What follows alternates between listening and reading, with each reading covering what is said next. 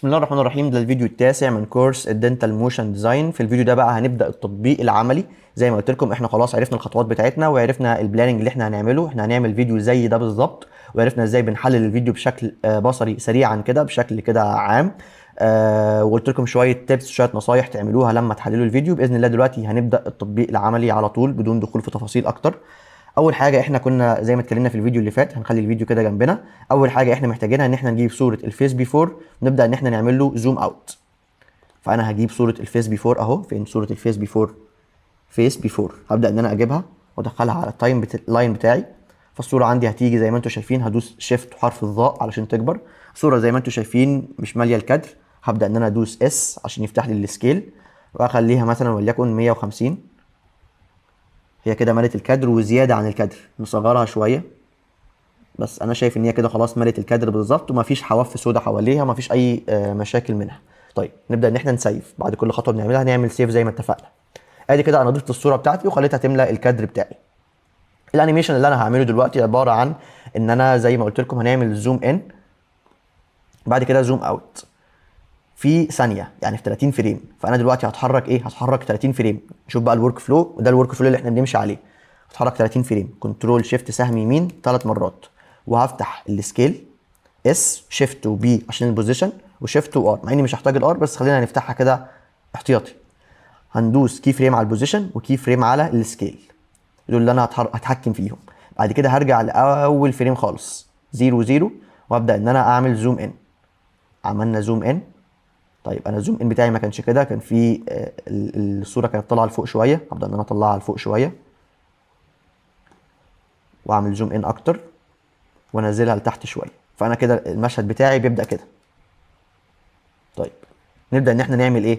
نبدا ان احنا نعمل ايزي ايز، نحدد التو كي فريمز ونعمل لها ايزي ايز اف ان اف 9 زي ما اتعلمنا. بعد كده نحدد التو كي فريمز ونخش على الجراف اديتور بتاعنا، ونبدا ان احنا نحدد الجراف اديتور بالشكل ده، وندوس زائد من كيبورد عشان نوسع التايم لاين لنفسنا. ونبدا ان احنا نسحب الجراف بالشكل ده، ونسحب برده الجراف من هنا بالشكل ده، علشان ده في البدايه خالص. فاحنا محتاجين البدايه تكون فيها فيجوال هوك وتكون سريعه، علشان الواحد ما يزهقش او يوقف سكرول. عايزك تشد انتباه اللي بيتفرج. نقفل الجراف اديتور ونتفرج كده، او ندوس ناقص من الكيبورد الاول او ماينس عشان بس ان احنا نصغر التايم لاين لحد ثانيه واحده. دوس سبيس. ادي الشكل بتاعي. انا دلوقتي ناقصني ايه؟ ناقصني افكت البلور، وناقصني البارتكلز. البارتكلز دي مش هنضيفها دلوقتي، هنضيفها في الاخر، وهنتعلم مع بعض بنضيفها ازاي. خلينا نعمل دلوقتي افكت البلور.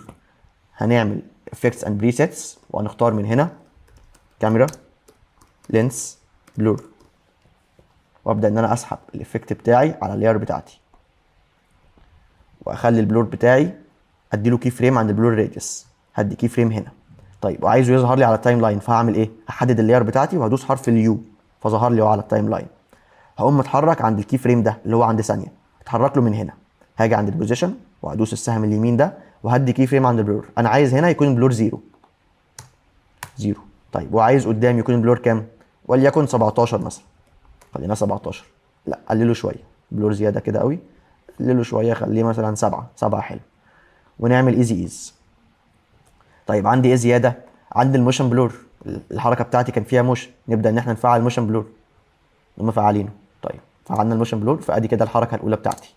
احنا كده عملنا اول مشهد من الفيديو بتاعنا. ده كان اول مشهد او اول ثانيه من الفيديو بتاعنا. طيب دلوقتي هنعمل ايه دلوقتي، او ايه الخطوه اللي بعد كده؟ الخطوه اللي بعد كده انا عايز اقول لكم على حاجه. احنا هنا فعلنا الموشن بلور، فانا هعمل ايه؟ هقفله. طب هقفله ليه؟ الموشن بلور دي تركايه هقولها لكم، ما تفعلهوش غير في البدايه، لانه بيتقل البروجكت وبيتقل الجهاز وبيخلي البرنامج تقيل معاكم. فاحنا مش هنفعل الموشن بلور دلوقتي خالص، احنا بنفعله في الاخر. وما بنفعلوش على كل اللايرز، بنفعله على اللايرز اللي فيها موشن بس. فدي تركايه المفروض بقولها لكم عشان تسهل الشغل عليكم. زي ما قلت لكم البريفيو هنا انا عامله فل، يمكن تقللوا البريفيو لو امكانيات الجهاز مش مساعده. طيب هنسيف اللي احنا عملناه. بعد كده نبدا ان احنا نعمل ايه؟ هنشوف الفيديو بتاعنا ايه اللي حصل فيه بعد كده. اللي حصل فيه بعد كده ان المشهد بتاعنا حصل له زوم اوت، وهو بيحصل له زوم اوت بتبدا تظهر صوره البيشنت بتاعنا بالديزاين اللي انتم شايفينه ده. طيب انا عايز اعمل الديزاين ده، هعمله ازاي؟ خلونا كده نعمل لكم كبر بس الشاشه، وابدا ان انا اخد سكرين شوت للديزاين. دي بقى التركايه بتاعت الاي اي. هبدا ان انا اخد سكرين شوت للديزاين ده من الموبايل بقى، من اللابتوب، من اي مكان انتوا عايزين تاخدوا سكرين شوت. هناخد السكرين شوت بتاعنا. طيب انا خدت السكرين بتاعي. هبدا ان انا اخد السكرين اللي انا خدته ده. فين؟ بيكتشرز، سكرين شوتس، وابدا ان انا اجيب الصوره بتاعتي. ادي الصوره، هبدا ان انا اسحبها واحطها جوه السبيسز بتاعتي. فادي الصوره بتاعتي اهي. طيب انا دلوقتي الايفكت بتاعي اتعمل فين؟ اتعمل على الصوره دي. انا عايز من اول هنا يكون نفس يكون نفس الديزاين ده. فهعمل ايه؟ هقوم رايح على بريف او على الويب او على جوجل عندي، واقوم جايب الصوره بتاعه الفيس بيفور. ادي صوره الفيس بيفور، هجيبها هنا شويه كده دلوقتي، وهسحب منها كونكتور واختار اسيستنت، وهجيب الصوره دي لان انا لسه عامل لها سكرين شوت اوريدي، وهسحب منها كونكتور واحطها في الاسيستنت، وهحدد دي وادوس حرف الاف فهيكبرها لي. واقوم قايل له الرول بتاعته، انت كاتب برومبت محترف، عايزك تكتب لي برومبت تعمل لي فيه نفس الديزاين ده، واعمل منشن على الديزاين للصوره دي، واعمل منشن للصوره، ما تغيرش في الصوره دي ابدا، واعمل منشن للصوره تاني. بس مش هقول اي حاجه تانيه، واعمل له ران، واسحب كونكتور واختار ايمج جنريتور، واختار الموديل بتاعي نانو بانانا 2، والكواليتي هتكون 1K، وابدا ان انا اعمل ايه؟ وابدا ان انا اعمل جنريشن بعد ما البرومت يخلص. هعمل دلوقتي جنريشن وهدوس حرف الدي. فانا دلوقتي الحاجه اللي انا هعملها هي ان انا هجيب الفيديو او هجيب الديزاين بتاعي هنا، وبعد ما هجيب الديزاين بتاعي هبدا بقى ان انا اعمل له انيميشن واحركه. علشان بعد ما هعمل له انيميشن واحركه، نتفرج كده مع بعض على الفيديو بتاعنا. بعد ما اعمل له انيميشن واحركه هخليه يختفي، واخلي البيشنت يلبس الريتراكتورز. طيب خلونا كده نتفرج مع بعض. هو عمل لي ديزاين اهو، ندوس حرف الاف. ده الديزاين اللي هو عمله لي على البيشنت بتاعي. حلو جدا، ديزاين جميل جدا وانا راضي عنه. فهبدا ان انا اعمل ايه؟ هبدا ان انا يمكن اخليه، انا لو مش راضي عنه عادي جدا، يمكن مثلا اخد الصوره دي وابدا ان انا اقول له لا انا عايزها من بعيد شويه، عايز الشوت يكون وايد، مش عايزه نفس الابعاد، يعني هو جايبه لي بنفس الابعاد بالظبط. يمكن اخليه وايد، يمكن اخليه، دي كلها حاجه راجعه لكم، ولكن هو عمل لي نفس الديزاين. ده الديزاين اللي انا كنت عايزه، مش عايز اكتر من كده. هو بس زي جريدز كده شكلها ديجيتال، بتدي زي فيجوال هوك حلو كده في البدايه. هبدا بقى ان انا عايز احرك الحركه دي. هقوم عامل ايه؟ هسحب كونكتور واختار فيديو جنريتور، واختار الموديل بتاعي. انا هختار موديل كلينج 2.5 عشان هو عندي انليميتد. وبعد كده هبدا ان انا احدد الصوره بتاعتي واحطها ستارت ايمج، وهقول له هنا ايه؟ هقول له برومت بسيط جدا. يعني انا حتى مش هخلي الاي اي يكتب لي برومت، انا هقول له حاجه بسيطه.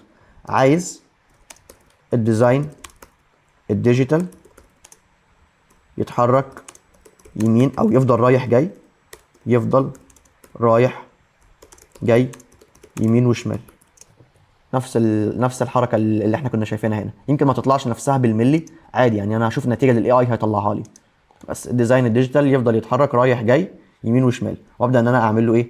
ران انليميتد. هيبدا ان هو يعمل لي جنريشن. طبعا الفيديو ده بياخد وقت شويه، فهرجع لكم باذن الله لما يخلص.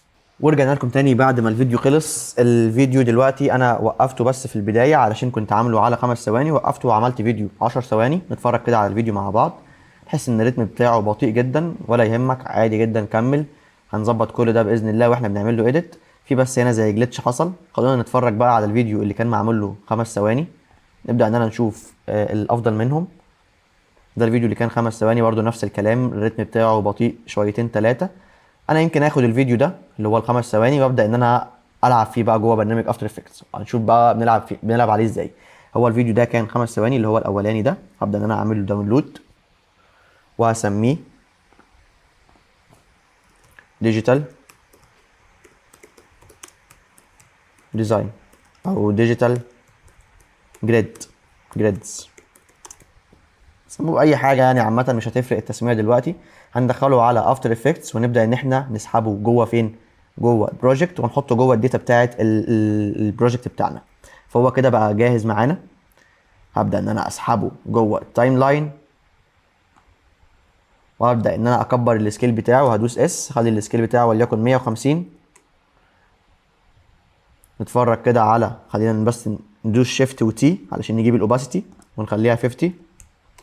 كده بقت 50%. فهي الاوباسيتي هي راكبه على الصوره بتاعتي بالملي. طيب دلوقتي انا هعمل ايه؟ انا هعمل زي ما قلت لكم الافكت بتاع الميرورز اللي احنا اتعلمناها، اللي احنا شفناها مع بعض في الاناليسيز اللي كان عندنا، اللي هو واحنا بنعمل زوم اوت. احنا عايزين نعمل زوم اوت دلوقتي. انا عايز اعمل زوم اوت دلوقتي. طيب انا هعمل ايه؟ اول حاجه قبل ما اعمل زوم اوت وقبل ما اعمل اي حاجه، انا عايز اتحكم في رتم الفيديو بتاعي. الفيديو بتاعي حاسه بطيء جدا، اتفرج كده عليه، بطيء جدا. على ما دي بتروح لهناك خلاص الدنيا. فانا نعمل ايه؟ هندوس عليه كليك يمين واختار تايم، وهفعل حاجه اسمها enable time remapping. فعلت enable time remapping، هبدا ان انا اتحرك وليكن 20 فريم. هو الفيديو مدته 5 ثواني، يعني 5 في 30 ب 150. فانا عايز اتحرك بقى 20 فريم. هقلل عدد الفريمات بتاعه الفيديو بتاعي، كنترول شيفت سهم يمين، ثانيتين سوري، يعني 60 فريم، وكنترول شيفت سهم يمين 6 مرات، يعني 60 فريم، كل مره ب 10 فريمات. وهجيب الكي فريم ده اللي انتوا شايفينه ده اللي اتفعل معايا لما عملت حاجه اسمها تايم ريمابنج. هجيبه واحطه هنا، وهفعل الكي فريمز وهعمل لها F9 يعني ايزي ايز، وهفعل الخيار ده. تمام. بعد كده هنبدا ان احنا نتفرج على الفيديو بتاعنا. هو بس شايفين هو تقيل شويه بس عشان الريندر، نتفرج عليه بعد الريندر. حلو قوي، شكله جميل جدا. طيب انا دلوقتي الفيديو بتاعي ما طلعش كده، هو طلع بيه زي في فيت كده حصل الاول. طيب انا عايز اعمل ايه علشان اطلع الفيت ده؟ هبدا ان انا اتحرك 30 فريم كمان، 1 2 3، وهاخد الكي فريمز بتاعت الاثنين دول واحطهم في بدايه الانديكيتور. حلو قوي الكلام ده. وهاجي عند بدايه الافكت بتاعي او عند بدايه اللاير بتاعتي واحط عليه افكت. الافكت اللي انا هحطه عليه، وهنعرف دلوقتي احنا ليه لان دول اللي قدام. انا كل حاجه هعملها هقول لك انا عملتها ليه في وقتها. طيب دلوقتي انا هحط عليه افكت. الافكت اللي انا هحطه عليه اسمه جريدينت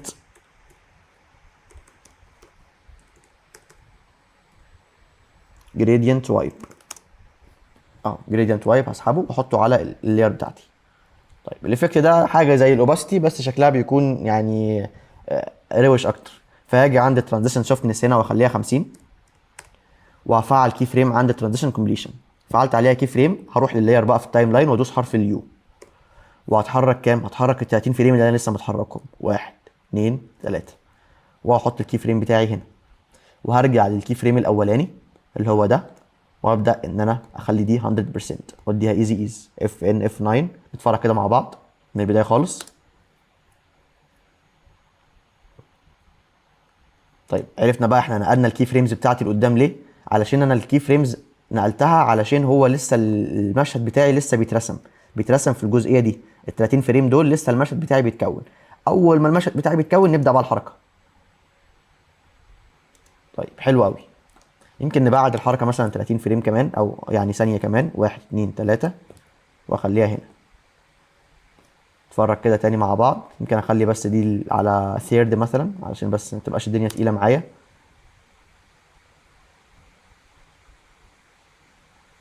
طيب حلو قوي. وبعدين خلينا نتفرج كده على الفيديو بتاعنا. وبعدين الافكت بتاعي بيبدا ان هو يختفي، ويبدا يرجع لي صوره البيشنت تاني. ولما بترجع لي صوره البيشنت، هي ما بترجعليش بالبيشنت، لا هي بترجع لي بفيديو للبيشنت وهو بيلبس الريتراكتورز. طيب فانا بعمل الكلام ده ازاي؟ هنعمل الكلام ده ازاي؟ هنيجي بقى عند ايه؟ هنيجي عند جريدينت او ترانزيشن كومبليشن، هنعمل كي فريم تاني هنا، وبعد كده هنتحرك 20 فريم بس المره دي، 1 2، وهنخلي الكومبليشن هنا على 100%. نتفرج كده مع بعض.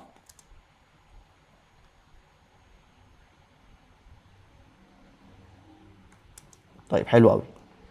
انا عايز السين بتاعي ده، المشهد بتاعي ده، ينقلني على صوره البيشنت وهو بيلبس الريتراكتورز.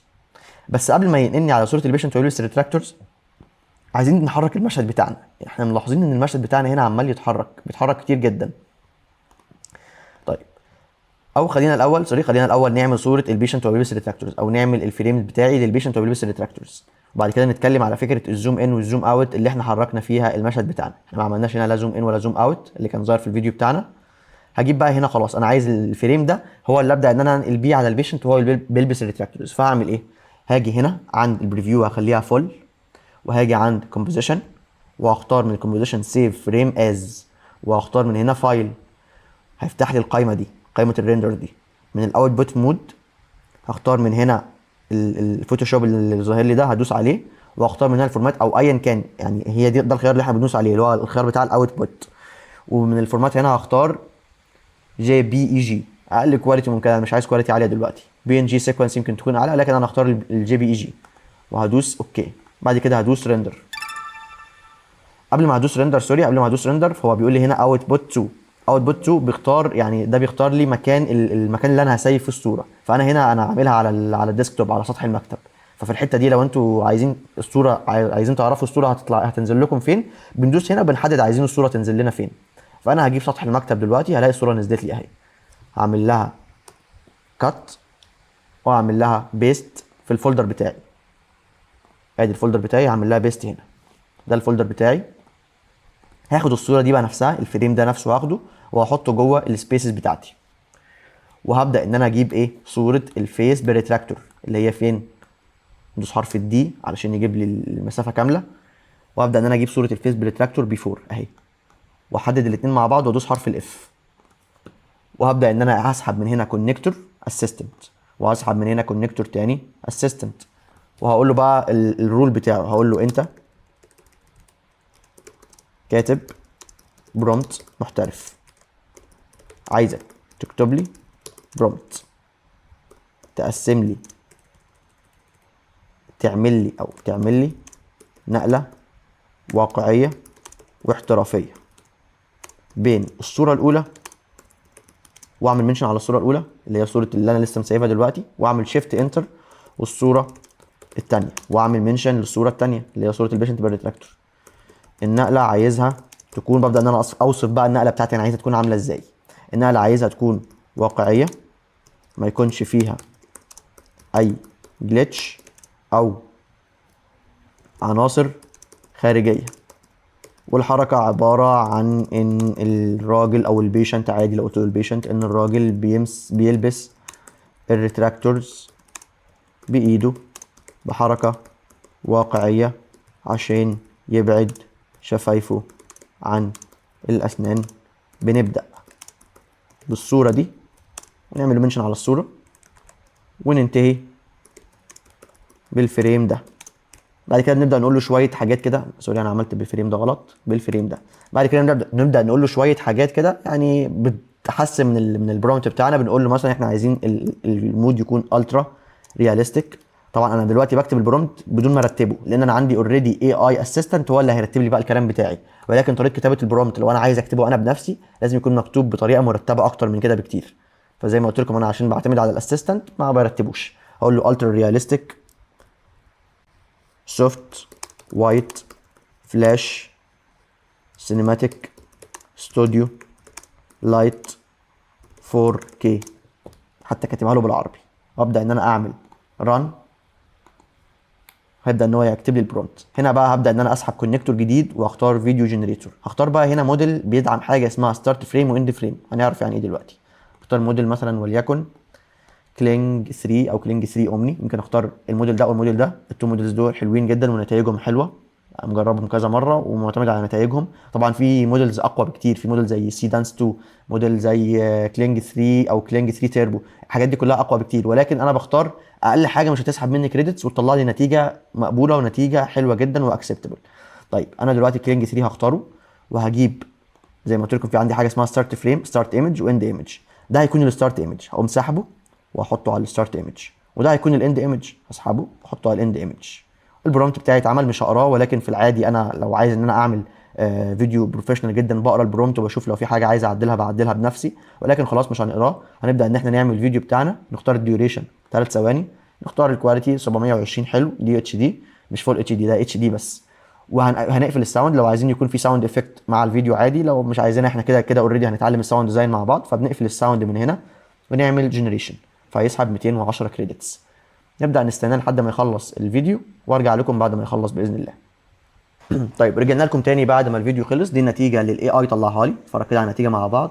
حلوه جدا، وحافظ لي على شكل الاسنان بيفور وافتر، يعني نفس قبل ما يلبس ريتراكتورز بقى زي ما يلبس ريتراكتورز، والحركه انا شايفها واقعيه. وهعتمد على الفيديو ده، مش هحتاج ان انا اخليه يعمل جنريشن تاني، ولا هحتاج ان انا اعدل في البرومت خالص. هبدا ان انا اسيف الفيديو، اعمل له سيف من هنا، ادي الفولدر، واختار الاسم بتاعه. انا هسميه هنا وليكن فيرست فيديو، فيرست فيديو بس، مش اكتر من كده. ممكن تسموه باي اسم تميزوه بيه. المهم الفكره من التسميه ان احنا بنسمي الفيديو بتاعنا او العناصر بتاعتنا باسامي احنا عارفينها. ادخله على البروجكت واحطه في الداتا بتاعتنا، وابدا ان انا اجيب شايفين اللي حصل لي على التايم لاين، طلع لي كذا ويب هنا. هبدا ان انا اقفل الويب بتاعه الريندر واعتمد على الويب بتاعه الفايل بتاعي او الويب بتاعه الكومبوزيشن بتاعي. طيب دلوقتي احنا عايزين نعمل ايه؟ احنا عايزين نضيف الفيديو بتاعنا فين؟ عايزين نضيف الفيديو بتاعنا تحت اللاير بتاعه الديجيتال. يعني احنا عايزين نضيف الفيديو بتاعنا هنا ما بين اللاير دي وما بين اللاير دي. فهنيجي هنا عند الحته اللي احنا بدانا نعمل فيها انيميشن عند ترانزيشن. هنا احنا بدانا الانيميشن من الكي فريم ده، هنبدا ان احنا نضيف الفيديو هنا. عايزين بدايه الفيديو بتاعنا يكون هنا. هسحبه. شايفين المؤشر بتاعي الانديكيتور؟ شايفين كل ما انا بمشي الانديكيتور بيظهر لي. بدوس شيفت علشان الانديكيتور يعمل زي سنابنج او زي الماجنت. انا دايس شيفت فالانديكيتور راح في المكان اللي انا عايزه. بس انا كده ضفت الفيديو في المكان اللي انا عايزه. خلونا كده نشوف شكل الفيديو هيكون عامل ازاي. احنا دلوقتي الايفكت ده دلوقتي هيختفي. شوفوا الايفكت دلوقتي بيختفي والفيديو بتاعي بيبدا ان هو يتحرك. طيب الفيديو بتاعي مش كامل، الفيديو بتاعي عايزه يكون كامل. هعمل ايه؟ هبدا ان انا ادوس على الاس واخليه يملى الكادر بتاعي 150 عشان يملى الكادر بتاعي. ليه بختار 150؟ لان انا الفيديو بتاعي الكواليتي بتاعته 720 يعني اتش دي، والكومبوزيشن اللي انا شغال عليه فول اتش دي. فعلشان اخلي الفيديو بتاعي يملى الكادر بخليه على 150. لو كان الكومبوزيشن بتاعي 4K محتاج ان انا اخليه اكبر الرقم عن 150 وهكذا. فدي الفكره ان احنا بس بنكبر الفيديو علشان يملى الكادر بتاعي. طيب نتفرج كده تاني مع بعض ونشوف. ده هيكون شكل الفيديو. محتاجين ان احنا بس نسرعه شويه او نلعب فيه الحركه بتاعته شويه. طيب احنا هنعمل ده ازاي؟ زي التايم ريمابنج اللي احنا اتعلمناه. بس قبل ما نعمل ده زي ما قلت لكم انا بحب اكون منظم، احب اكون مرتب الفولدرز بتاعتي. انا دلوقتي جيت هنا نتفرج كده على اللي احنا عملناه مع بعض لحد دلوقتي. احنا عملنا شوط حلو جدا. جيت في الحته دي فيها الفيديو بتاعي فيه تحته اللاير دي انا مش عايزها خلاص. انا مش عايزها من اول فين؟ انا مش عايزها من اول ما الفيديو بتاعي ده بيظهر. الفيديو بتاعي بيظهر من هنا، فهاجي عند بدايته هدوس شيفت عشان الانديكيتور يتحرك بالماجنت، وهاجي عند اللاير بتاعتي اللي هي الفيس بيفور اللي احنا خلاص ما عدناش عايزينها في اي حاجه دلوقتي، وهدوس عايز امسح اللي قدام. هعمل ايه؟ ده درس الشورت كاتس. لو لسه ما اتقنتوش الكلام ده ضروري ضروري ضروري تكونوا مسجلين الشورت كاتس دي وعارفين بتعمل ايه. هدوس الت ودال، حذف لي اللي قدام ده كله. اللي قدام ده كله اتحذف. اتفرج كده تاني. ده شكل الفيديو بتاعي لحد دلوقتي. يبدا ان هو يختفي، وبعد كده بيبدا البيشنت يلبس الريتراكتورز. الحركه بطيئه شويه. هبدا ان انا اعمل ايه؟ هدوس كليك يمين، تايم، انيبل تايم ريمابنج. انا عايز الحركه بتاعتي تبدا من اول فين؟ تبدا من اول ما الافكت ده بيختفي. كده الحركه بتاعتي مثلا تبدا من اول هنا. عايز الحركه بتاعتي تبدا من اول هنا. اتفرج كده. فالحركه بتاعتي هتبدا من اول هنا وعايزه تستمر مثلا ثانيتين، فهدوس كنترول شيفت سهم يمين 60 مره. 1 2 3 1 2 3 كده ثانيتين بالظبط. هجيب الكي فريم اللي في الاخر واحطها هنا وادوس شيفت عشان تجي لي في عدد الانديكيتور عشان يحصل لها سنابنج. احدد التو كي فريمز واعمل لهم ايز وافعل الخيار ده. الخيار ده بيخلي شكل الحركه زي ما بيكون في فريم بلندنج. لو في مثلا فريم واقع او فريم متسقط بيعمل له زي بلندنج علشان ما يكونش في جلitch في المشهد بتاعي او يكون شكل المشهد بتاعي سموث اكتر. طيب ابدا ان انا اتفرج كده تاني على الفيديو شكله عامل ازاي بحركه الانديكيتور لورا ونتفرج مع بعض. بقى الحركه بتاعته سريعه. هنلاحظ ان الفيديو بتاعي بيختفي هنا. لا انا عايزه يطول. طيب عايزه يطول، هيطول معايا ازاي؟ انا بمجرد ان انا فعلت تايم ريمابنج فانا كده اقدر اطور مده الفيديو زي ما انا عايز. يعني ايه؟ هاجي عند الفيديو بتاعي بكل بساطه، مش الفيديو بيقف هنا، هاجي عند نهايه الفيديو واسحبه لقدام. كده الفيديو واصل لاخر الفيديو. كده احنا عملنا الفيديو بتاعنا. نتفرج من الاول احنا عملنا ايه.